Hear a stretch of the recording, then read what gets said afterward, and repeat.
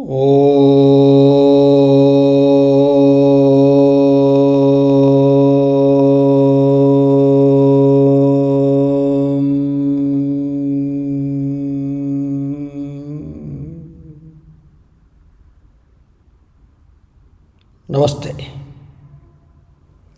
Welcome you all for the classes on meditation. This is the 39th class. We have been trying to understand one of the fundamental klesha afflictions that lead to all suffering called Avidya. So Avidya is the root cause of all other kleshas also, namely Asmita, Raga, Dvesha, Abhinivesha. We have seen each one of these and we are trying to contemplate on what Avidya is. This is very, very important for us to have freedom from suffering in this very world. Towards this, we are trying to explore the path of Patanjali, which really gives us the ultimate freedom. We'll try to understand more of it, especially the aspect of Duhkha, how we mistake Duhkha to be Sukha.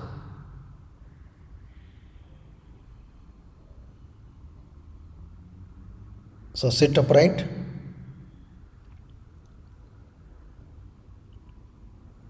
Chest and navel up.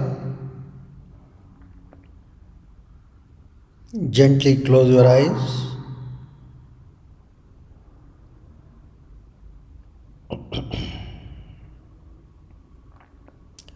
Palm should face upwards, tip of the thumb and index finger in contact.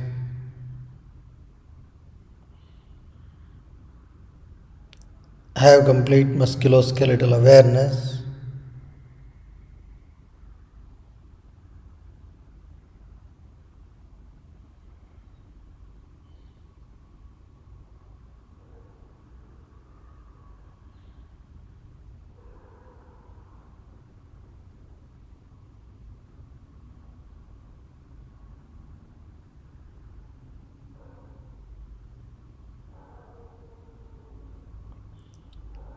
Pay attention to the posture. Pay attention to the breathing.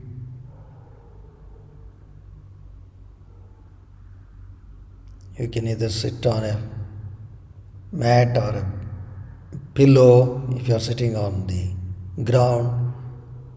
You may also sit on a chair, but keeping the trunk upright is important.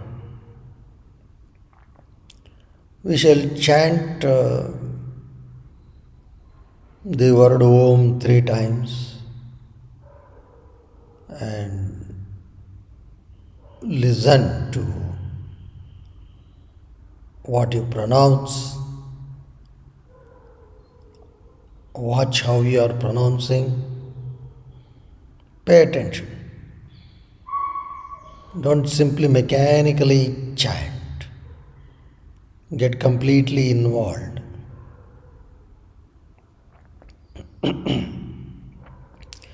We shall chant 3 times. Take a deep breath.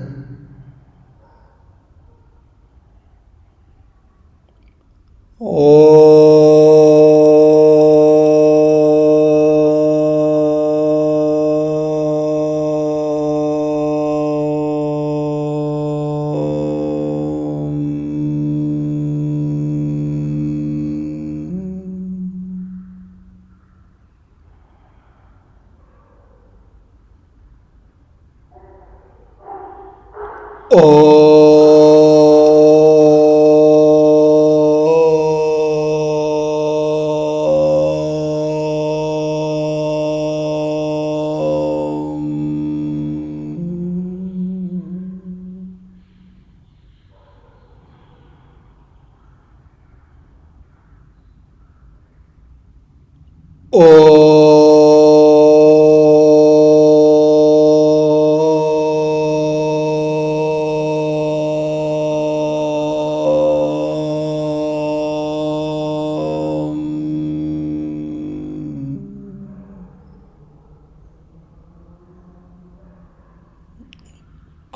watch yourself.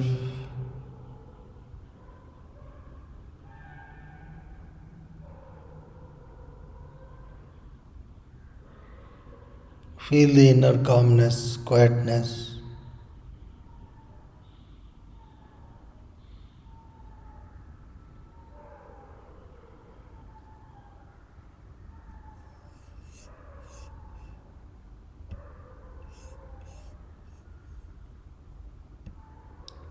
Now slowly open your eyes.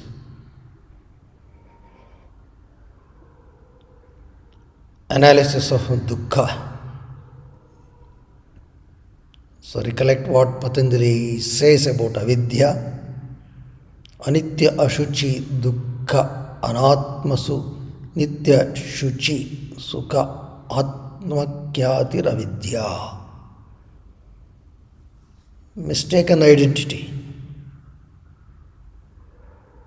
We mistake impermanent to be permanent, impure to be pure, dukkha to be sukha, and non-self to be self. So we have seen how we mistake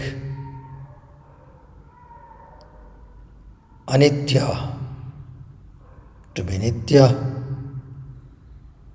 ashuchi to be shuchi.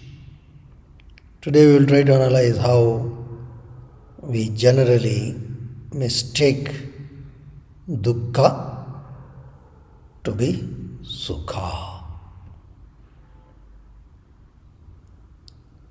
Dukkha, it implies suffering. So if you look at you as a person, we are there and the world is there. That's what it is. I are you as a person and the world. So our possessions are, body for example is our possession. We possess this body and then we possess a lot of other things. Some sorts of relationships, friendships, etc. Then a lot of other materialistic possessions were also there. Like we possess some house, vehicle. Not only that, possession to name, fame, everything can be there.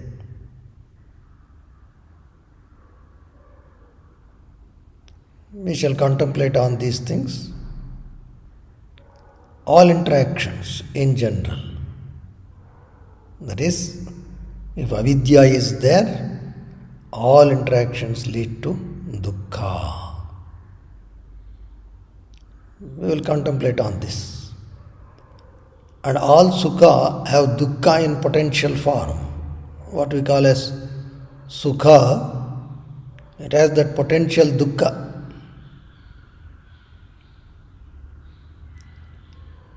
And if you really go deep, you will understand that there is no difference between sukha and dukkha. They are the two sides of the same coin. Then most importantly, more the sukha you derive from something, more is the dukkha that results when there is separation.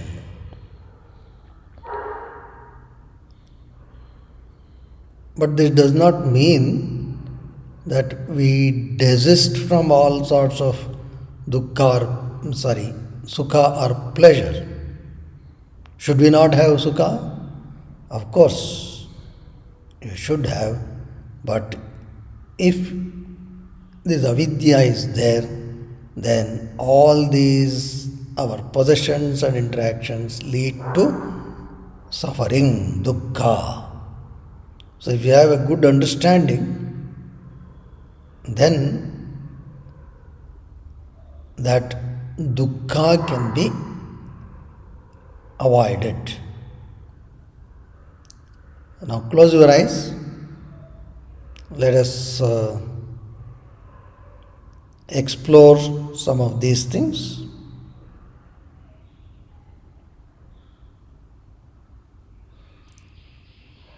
Let us start with this body we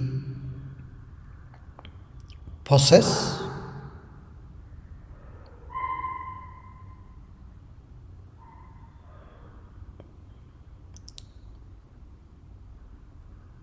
When we say body, the body-mind complex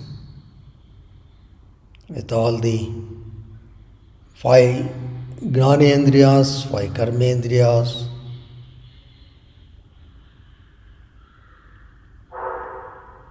etc.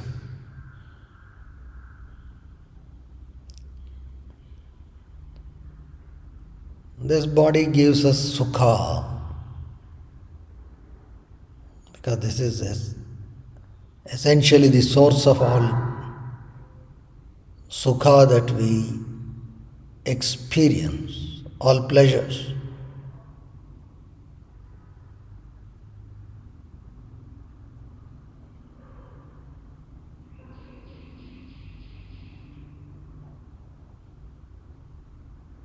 Especially in our younger days, in our youth,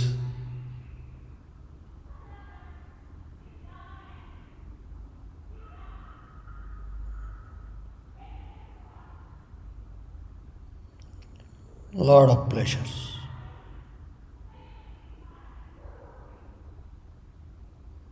Take any example. For example,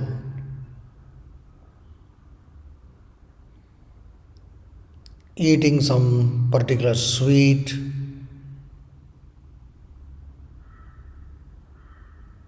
gives the pleasure.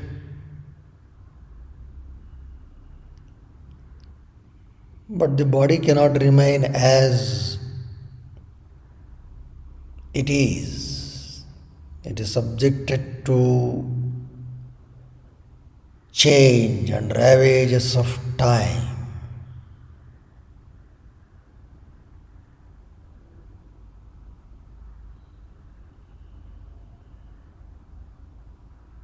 Some disease can step in,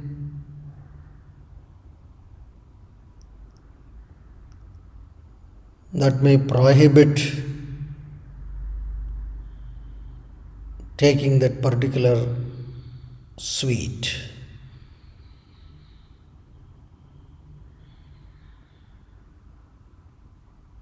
The mind needs it, but the system cannot take it.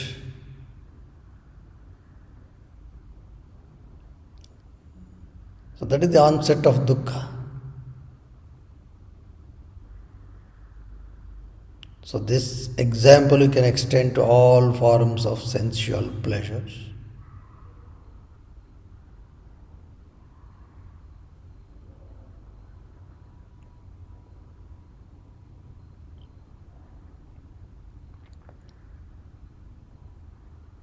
So this is case number one, when the body which was experiencing sukha from a particular object loses its ability.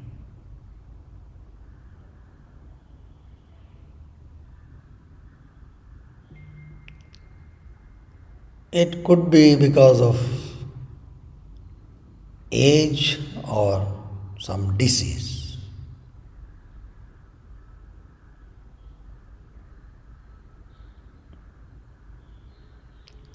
The second point is that object of enjoyment may not be available.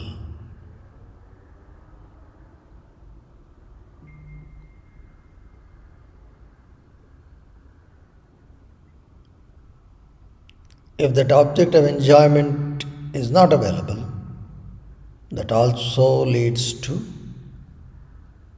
dukkha. So, what this means? This means even when you are having sukha, potentially the dukkha existed. It's only a matter of time for sukha to become dukkha. It does not mean we should not have sukha, it means we should have understanding of the very nature of this body and its interactions.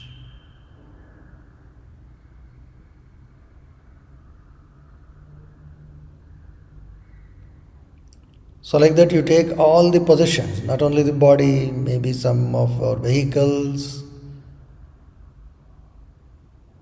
our positions, status,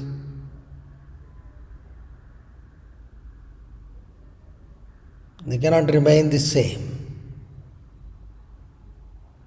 They change.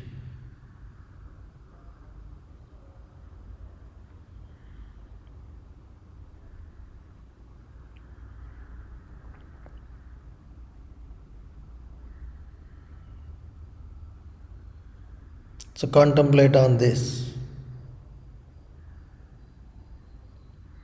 Then all interactions. We have to interact with the world, relations, wife, husband, children, grandchildren, so many things.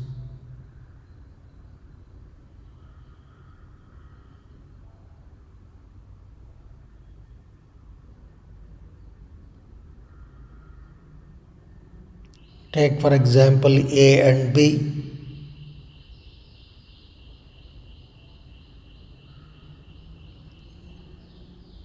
A derives pleasure from B, B derives pleasure from A.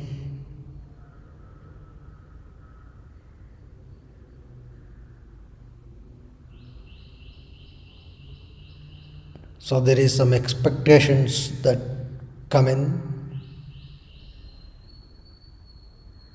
A expects something from B, B expects something from A. Both cannot remain the same.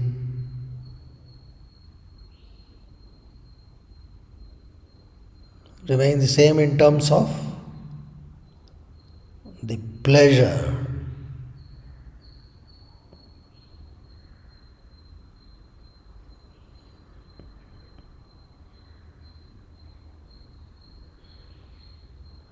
When the expectations are not met, it leads to dukkha. Suppose expectations are always met,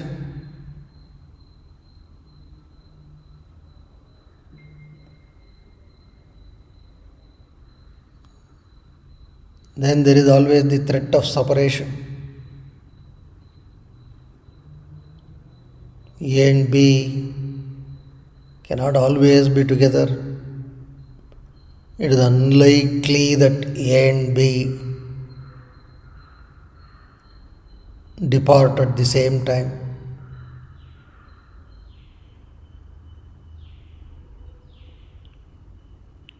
So that separation, the threat of separation, that is also dukkha.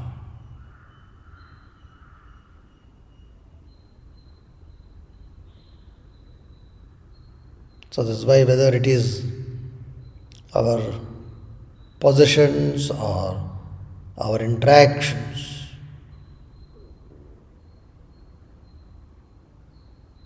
this sum total is called samsara.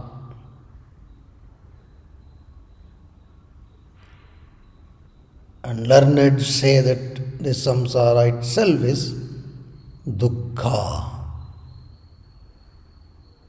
This does not mean we should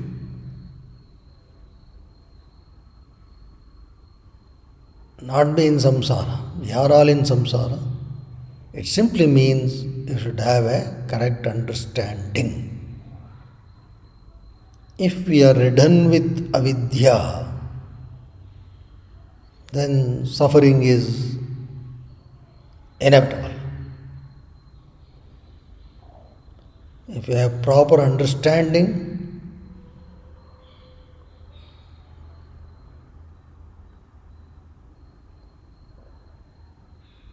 if we know that okay, this body has limitation, today this pleasure is there, okay, with time this may diminish. Either ability to experience the pleasure may decrease and go away, or that object of pleasure may not be available.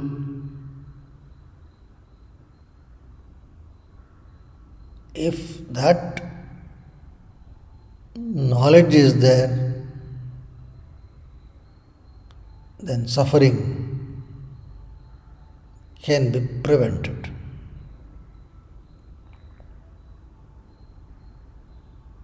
Else the samsara becomes dukkha sagara.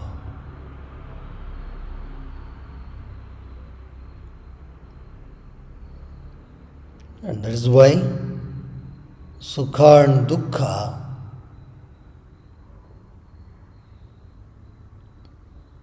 are not different.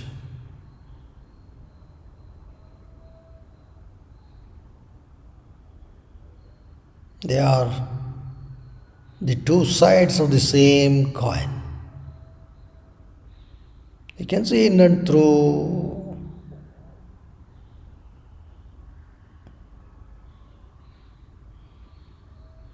in all our life experiences. We are all chasing sukha. We have been working for sukha. But every step you take for being sukha, some dukkha would get in.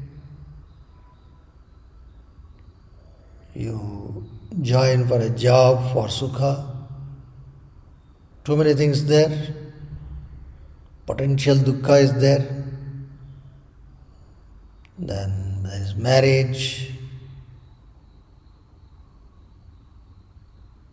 Sukha alone does not come. That sukha is built in dukkha. Then children, grandchildren, take anything.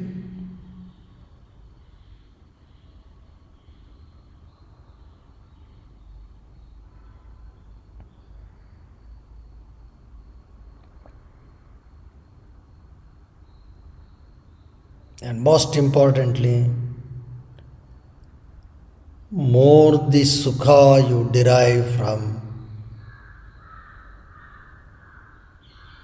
a particular object. That object can be anything, your possessions or some relationships, whatever. More the sukha, more the dukkha when it gets separated.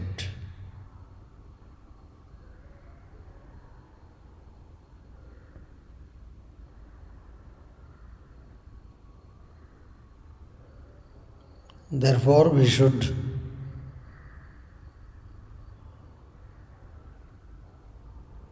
constantly remember that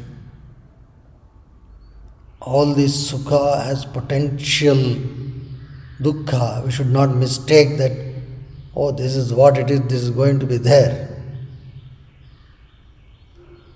We must recognize there is dukkha built in. Then what happens?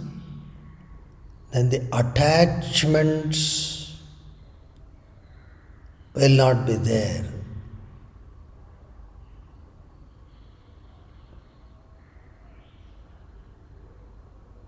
Because we are aware that, okay,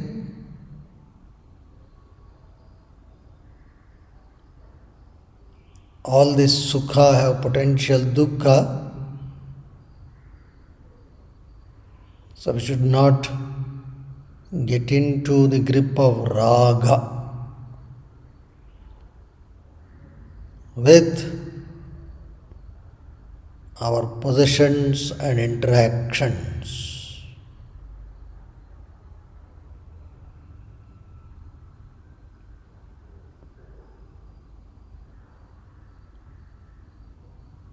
Then only we can have peace of mind, free of suffering. So please contemplate on this. This should start from the very body that we possess, this body-mind complex.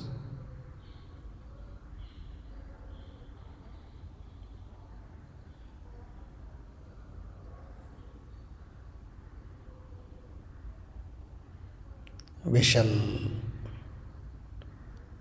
contemplate more on this aspect of mistaking dukkha to be sukha in the next class, and we should apply to all our day-to-day experience.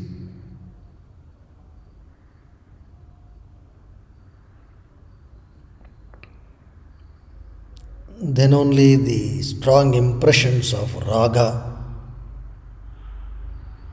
can gradually be removed.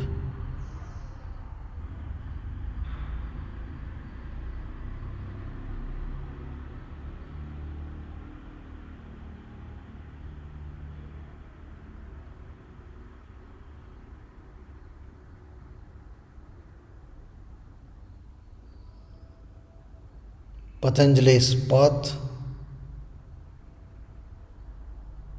is a fail-safe path.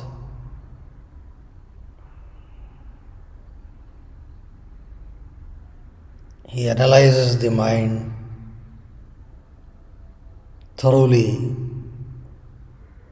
and gives the path to make all the necessary corrections for this chaotic mind.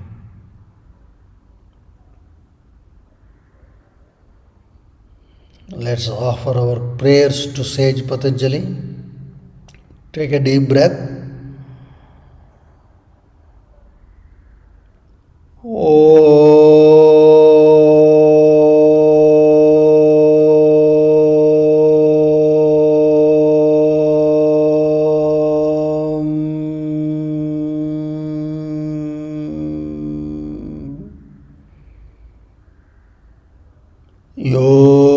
योगेन चित्तस्य पदेन वाचा मलं शरीरस्य च वैद्यकेन योपाकरोत्तं प्रवरं मुनीनां पतञ्जलिं प्राञ्जलिरानतोऽस्मि। हरिः ओम्।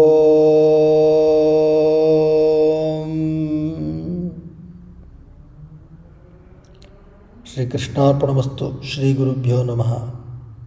शुभमस्तु।